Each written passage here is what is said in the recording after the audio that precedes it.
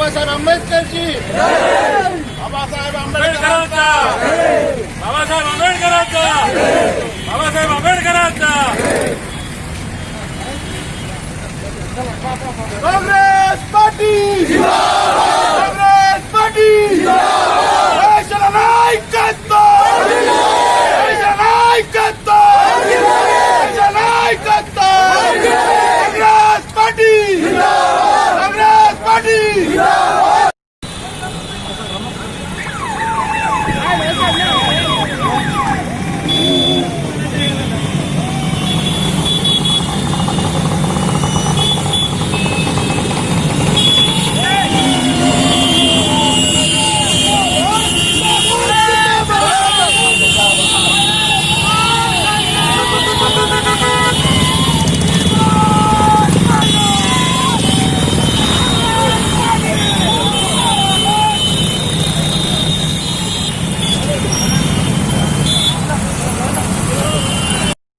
నేను అందరికి చెప్తున్నా నాకు వస్తాను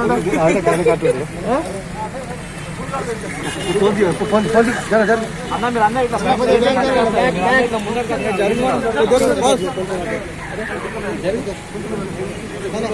మనకి ఫోన్ అయినా నేను పెట్ట పంపి ఫోన్ అయినా పంపి అన్న Mahatma Gandhi Mahatma Gandhi Mahatma Gandhi Mahatma Gandhi Mahatma Gandhi Mahatma Gandhi Congress party Congress party Congress party ना ना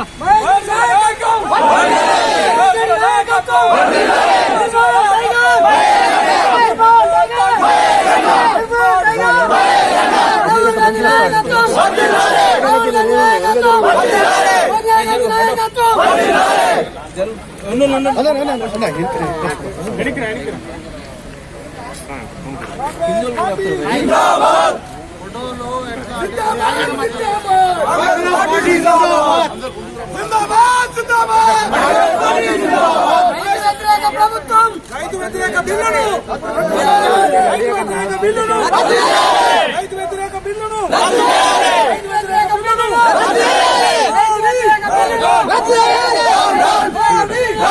కాంగ్రెస్ పార్టీ జిందాబాద్ కాంగ్రెస్ పార్టీ జిందాబాద్ KCR down down KCR down down KCR ఈ రోజు దేశవ్యాప్తంగా రైతు వ్యతిరేక బిల్లును ఉపసంహరించాలని చెప్పి కాంగ్రెస్ పార్టీ చేస్తున్నటువంటి ఆందోళనలో భాగంగా ఈరోజు నిర్మల్లో కూడా నిర్మల్ జిల్లాలో పెద్ద ఎత్తున డీసీ ప్రెసిడెంట్ రామారావు పటేల్ గారు మాజీ పార్లమెంట్ సభ్యుడు రమేష్ రాథోడ్ గారి ఆధ్వర్యంలో జరుగుతున్నటువంటి కార్యక్రమంలో నిర్మల్ జిల్లా నుంచి పెద్ద ఎత్తున తరలి వచ్చినటువంటి నాయకులకి కార్యకర్తలకి కాంగ్రెస్ పార్టీ అభిమానులకి శ్రేయోభిమానులందరికీ కూడా పేరు పేరు నమస్కారాలు తెలియజేస్తా ఉన్నాను. మరి ఒకవైపు ఈ రాష్ట్ర ప్రభుత్వం మరోవైపు కేంద్ర ప్రభుత్వం రైతులు నడ్డి విచ్చే విధంగా తీసుకొచ్చినటువంటి బిల్లును వెంటనే ఉపసంహరించాలని చెప్పేసి అన్ని అఖిలపక్ష పార్టీలు ఆందోళన చేస్తున్నప్పటికీ కూడా బీజేపీ ప్రభుత్వం ఏమాత్రం పట్టించుకోకుండా మనం ముందుకు వెళ్తున్న సందర్భంగా దేశవ్యాప్తంగా జరుగుతున్న ఆందోళనలో భాగంగా ఇక్కడ మేము ఆందోళన చేస్తా ఉన్నాం. మరి ఈ బిల్లు రైతు వ్యతిరేక బిల్లే కాదు, ఈరోజు కార్పొరేట్ సెక్టార్లో నేరుగా రైతుల దగ్గర నుంచి కొనుగోలు చేసి మరి వాళ్ళు వ్యాపారం చేసుకునే విధంగా ఈ బిల్లును పాస్ చేస్తా ఉన్నారు. కనీస మద్దతు ధర విషయంలో ఎక్కడ కూడా ఆ బిల్లులో పేర్కొనలేదు. రైతు కష్టపడి పండించినటువంటి పంటను ఆ రోజు తక్కువ ధరలో కొనుగోలు చేసి వాళ్ళు కోల్డ్ స్టోరేజ్లలో లేకపోతే గోడౌన్లలో పెట్టుకొని షార్టేజ్ క్రియేట్ చేసి అత్యధిక ధరలకు అమ్ముకునే విధంగా కార్పొరేట్ సెక్టార్ని బతికించే విధంగా ధనికుల్ని బతికించే విధంగా బూర్జువాల్ని బతికించే విధంగా తీసుకొచ్చినటువంటి బిల్లుకు వ్యతిరేకంగా కాంగ్రెస్ పార్టీ ఆందోళన చేస్తా ఉన్నది. పేద ప్రజలకు తక్కువ ధరకే పంట వచ్చినటువంటి మనం పండించినటువంటి పంట అందే విధంగా తక్కువ సామాన్య ప్రజలకు లబ్ధి జరిగే విధంగా రైతులకు లబ్ధి జరిగే విధంగా ఈరోజు రైతుల దగ్గర కనీసం మద్దతు ధరగా ప్రకటించి వారి దగ్గర నుంచి కొనుగోలు చేసే పద్ధతిని కాదని కార్పొరేట్ పద్ధతిని అయితే ప్రవేశపెట్టే ప్రయత్నం చేస్తా ఉన్నదో కేంద్ర ప్రభుత్వం మరి అది నిజంగా కూడా ప్రజా వ్యతిరేక రైతు వ్యతిరేక మరి బిల్లుగా మేము పేర్కొంటా ఉన్నాం.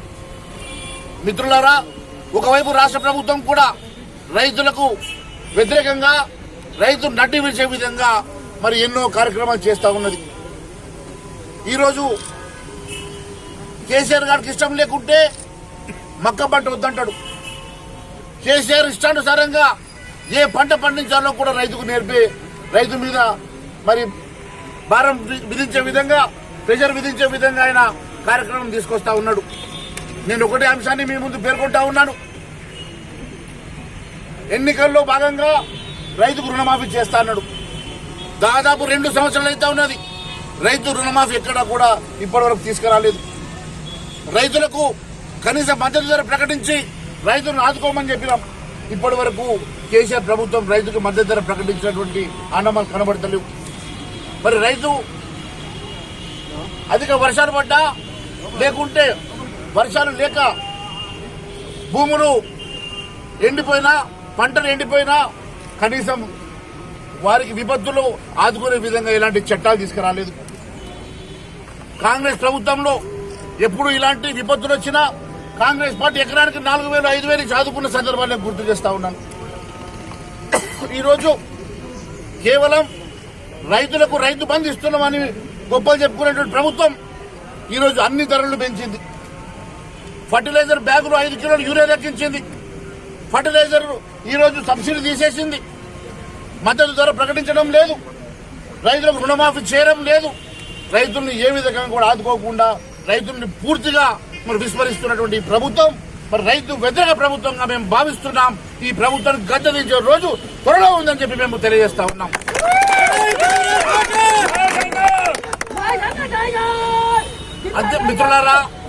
మిత్రులారా, ఈరోజు ఎన్నో హామీలు ఇచ్చినటువంటి టీఆర్ఎస్ ప్రభుత్వం డబుల్ బెడ్రూమ్ విషయంలో పూర్తిగా విఫలమైంది. 57 సంవత్సరాలకే పెన్షన్లు ఇస్తామన్నారు. ఇప్పటి వరకు ఈ ప్రభుత్వం ఎక్కి 2 సంవత్సరాలు కావస్తున్నది. ఏ ఒక్క కొత్త పెన్షన్ ఇచ్చిందని అడుగుతా ఉన్నా. 57 సంవత్సరాలకు పెన్షన్ కాదు కదా, గతంలో ఉన్న పెన్షన్లు చనిపోయిన వారికి కూడా రీప్లేస్మెంట్ చేయడం లేదు. ఇప్పటి వరకు ఒక కొత్త పెన్షన్ ఇవ్వలేదు. ఎన్నికలు వస్తే గుర్తొస్తే కేసీఆర్కి ఇవన్నీ మేము అడుగుతా ఉన్నాం. ఎన్నికల్లో మీరు హామీ ఇచ్చారు, 2 సంవత్సరాలు గడుస్తా ఉన్నది. ఇప్పటి వరకు ఎందుకు మీరు పెన్షన్లు ఇవ్వడం లేదని అడుగుతా ఉన్నాం. మిత్రులారా, ఈ ప్రభుత్వం ఎన్నో కల్లిబుల్లి మాటలు చెప్పింది. నిరుద్యోగ సమస్య లేకుండా చేస్తామన్నారు. 1,00,000 ప్రభుత్వ ఉద్యోగాలు అన్నారు. ఇంటికి ఒక ఉద్యోగం అన్నారు. ఇప్పుడు ప్రభుత్వ ఉద్యోగాల మీద ఆశ పెట్టుకోవద్దు అంటున్నారు. ఇది ఎక్కడి న్యాయం అని అడుగుతున్నాం. కనీసం ప్రతి సంవత్సరం కాంగ్రెస్ హయాంలో ప్రతి సంవత్సరం వేలాది ఉద్యోగాలు నోటిఫికేషన్ పడుతుండే. ఎందుకు కొత్తగా నోటిఫికేషన్ వేయడం లేదు? ఎందుకు నిరుద్యోగ సమస్యను మీరు పట్టించుకోవడం లేదు? కేవలం నీ కుటుంబంలో అందరికీ ఉద్యోగాలు వచ్చినాయి, నిరుద్యోగులకు మాత్రము ఏ ఒక్క ఉద్యోగం విషయంలో మీరు పట్టించుకోవడం లేదు. ఉపాధి హామీ లేదు. కనీసం నిరుద్యోగ యువతకి స్వయం ఉపాధి పథకాన్ని కూడా ఎక్కడ కూడా ఆచరించడం లేదు. ఈ ప్రభుత్వం ఎన్నికల్లో ఇచ్చిన ఏ ఒక్క హామీ నెరవేర్చలేదు. అన్ని విఫలమైనటువంటి ఈ ప్రభుత్వానికి బుద్ధి చెప్పాల్సిన అవసరం ఉంది. ప్రతి కాంగ్రెస్ కార్యకర్త, ప్రతి కాంగ్రెస్ నాయకుడు తన గ్రామంలో, తన బూత్ లెవెల్లో ఒక సైనికుడిలాగా పోరాటం చేసి ఈ రాష్ట్రంలో కాంగ్రెస్ పార్టీ ప్రతిష్ఠించడానికి, కాంగ్రెస్ పార్టీని బలోపేతం చేయడానికి అందరూ నడుం బిగించాల్సిందిగా మీ అందరినీ కోరుతా ఉన్నాను.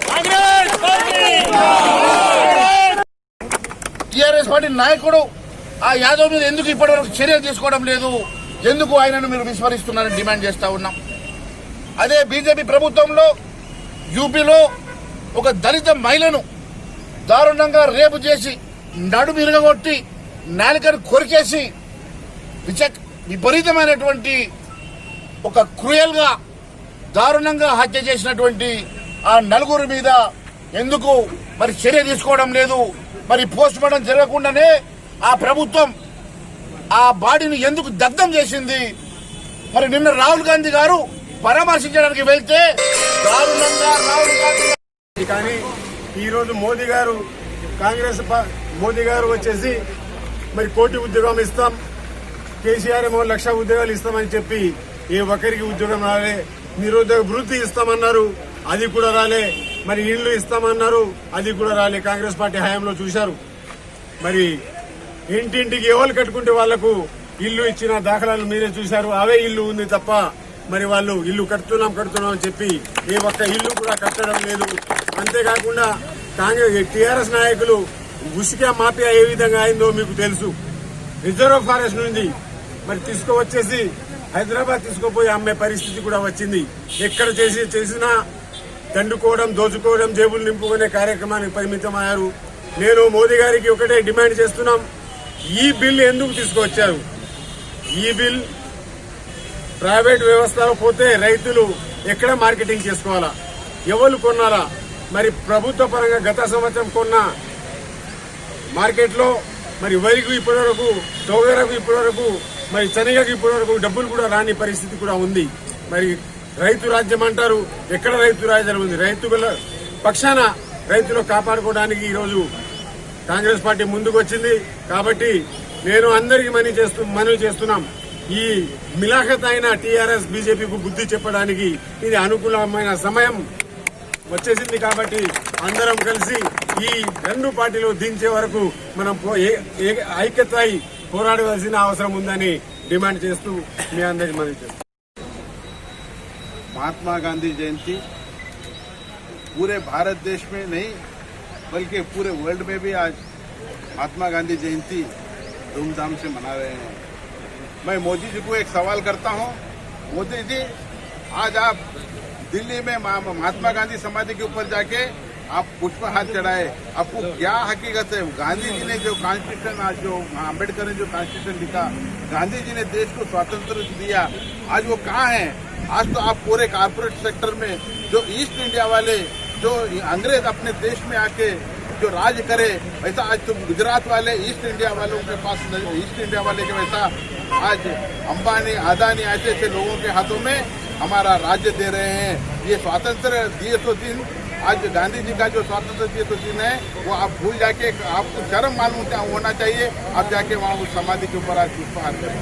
भाइयों, आपको सबको मालूम है, परसों पार्लियामेंट में जो अमेंडमेंट लाया गया, एग्रीकल्चरिस्ट, आज जो किसान मजदूर है, छोटे छोटे काश्तकार है, ये सबको नुकसान होते हुए बड़े कंपनी, कारपोरेटर सेक्टर जो आज अंबानी, अदानी ऐसे बड़े बड़े जो लोग हैं, उनके हाथों में अगर आज अपनी जमीन जायदाद तक जाएंगी तो अपने को उनके हाथ के नीचे मजदूरी करना पड़ेगा। जैसे अंग्रेजों के हाथ के नीचे, जैसा निजाम के हाथ के नीचे आज अपन बोलते भीख मांगते हुए रहे, वैसा आगे आने वाले 10 सालों में आने वाला है भाइयों, अगर बीजेपी सरकार रहेंगी तो। इस वास्ते पूरे देश में हम कांग्रेस पार्टी वाले ये जो एग्रीकल्चर अमेंडमेंट जो लाया गया है, उसके बारे में हम पूरे देश में आज हम अपोज कर रहे हैं। ये एग्रीकल्चर अमेंडमेंट बिल नको। अब मित्रों, भाइयों, आपको सबको मालूम है, हमारे इंदिरा गांधी जी ने जब पंतप्रधान थे, ये बड़े बड़े जो खेती वाले थे, जागीरदार, देशमुख खानदान वाले बड़े बड़े जागीरदार थे, हजारों एकड़ जमीन थी, उनकी आज जमीन उनके पास से छीन लेके गरीबों को जमीन दी है, सीलिंग एक्ट लाके। ये जमीन गरीब लोग बचना, 2 एकड़ 3 एकड़ 5 एकड़ 10 एकड़ वाले हर गरीब, हमारे देश गरीब देश है, हर गरीब बचना बोल के ये जो हमें जब सेलिंग एक्ट लाए हुए है, ये पूरा अभी मोदी सरकार पूरा खत्म करना चाह रहा है। उसका जो आज गुजरात का जो राज्य है, आज सेंट्रल में जो राज कर रहा है, मोदी उन्हें, शाह उन्हें, ऑफिसर्स उन्हें, पूरे गुजरात वाले आज देश के ऊपर, जैसा ईस्ट इंडिया वाले सूरत में आके रहे, ऐसा गुजरात वाले अपने देश को खत्म करना चाह रहे हैं। इस वास्ते सभी भाइयों, आप जागो, आप अभी जागने का टाइम आया है। अगर आपने देश को स्वातंत्र दिए तो पार्टी कांग्रेस पार्टी है। देश बचाना है, गरीबों को बचाना है, मजदूरों को बचाना है, तो कांग्रेस पार्टी एक ही ऐसी एक कांग्रेस पार्टी है जो सबको साथ लेके चलती है। उसके वास्ते भाइयों, अब यहाँ जो आए हुए हमारे काश्तकार भाई है, शहरी लोग हैं, हमारे निर्मल जिला के, खानापुर के, उदौल के और निर्मल के सभी लोग, हमारे महेश्वर रेड्डी साहब एक्स MLA, आप जो निर्मल टाइगर बोल रहे हैं वो निर्मल टाइगर नहीं है, आदिलाबाद जिला टाइगर है। निर्मल के तीन तालुकों का बांट लो आप। हमारे एक्स MP साहब राठौड़ साहब बहुत 15-20 साल से MLA रहे, जिला परिषद चेयरमैन रहे, MP रहे, उन्होंने भी इस बिल के वास्ते सबसे नाफुज कर रहे हैं। अब रहा हमारा राष्ट्र का TRS सरकार का झूठा सरकार, कोई गारोडी देखो, गारोडी खेलता है देखो, मैं छू मंत्र जादूगर के वैसा करने वाला ये लोगों को गुमराह कर रहा है, हर टाइम में लोगों को गुमराह कर रहा है। अपन फंस जा रहे उसमें, जागो अब। ये भी अपने को पूरा देश कर्जे में, राष्ट्र कर्जे में डाल के अपने को अच्छा करने वाला नहीं है। उसके जो उसका भांजा है, उसका बेटा है, बेटी है, वो संतोष बोल के और एक भतीजा है, उनके राज में राज चलने वाला है, दूसरे किसी का भी चलने वाला नहीं है। अभी जो हमारे महेश्वर रेड्डी साहब ने बोला है, एक लेडीज माइनर बालिका के ऊपर TRS लीडर जो अत्याचार किया है उसको फांसी की सजा देना चाहिए। और आज हमारे यूपी सरकार में जो आज योगी जो सन्यासी बोल के आज राज कर रहा है, आज जो हमारे SC बहन के ऊपर जो अत्याचार हुआ है क्रूएल के साथ, उसके पैरा काटो, जीभ काटो करते हुए उनको हॉस्पिटल में रखने के बाद भी रातों रात उसका अंतिम संस्कार करके कितना अन्याय कर रहे हैं देखो। और मैं उन्हें बोलता मैं लंगोटी है, जो जोगी हूँ, सबको मेहनत कर रहा हूँ, मगर महालफंगा सब चोरी करने के वास्ते बैठे हुए हैं। मोदी क्या बोलता है, मेरे को क्या है, न बाल न बच्चे, आगे ना पीछे बोलने वाला आदमी आज देश के ऊपर राज कर रहा है। ऐसे लोग अगर राज करेंगे तो अपना देश नहीं रहेगा, देश गुलाम चले जाएगा, बड़े कारपोरेट लोगों के हाथ में चले जाएगा। उसके वास्ते सभी निर्मल जिले के सभी भाइयों को मेरे तरफ से रिक्वेस्ट है, अभी आओ, जागो और अपने देश बचाओ बोलते हुए मेरे 2 शब्द समाप्त करता हूँ। जय हिंद, जय भारत।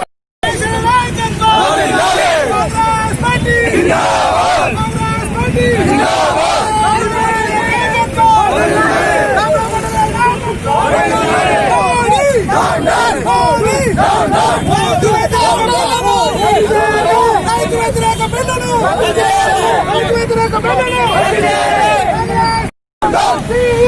down, down,